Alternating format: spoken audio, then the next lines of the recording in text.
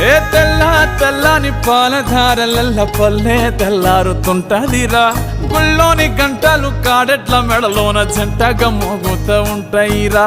నాగలి భుజాన పెట్టుకుంటే దోస్తులు చెయ్యేసినట్టేరా కొట్టు గోదా పక్కన ఉంటే కొండంత బలగం ఉన్నట్టురా చల్లగాలి మోసుకొచ్చెరా సేను శిలకల ముచ్చట్లు దారి పొడుగు సెట్ల కొమ్మలా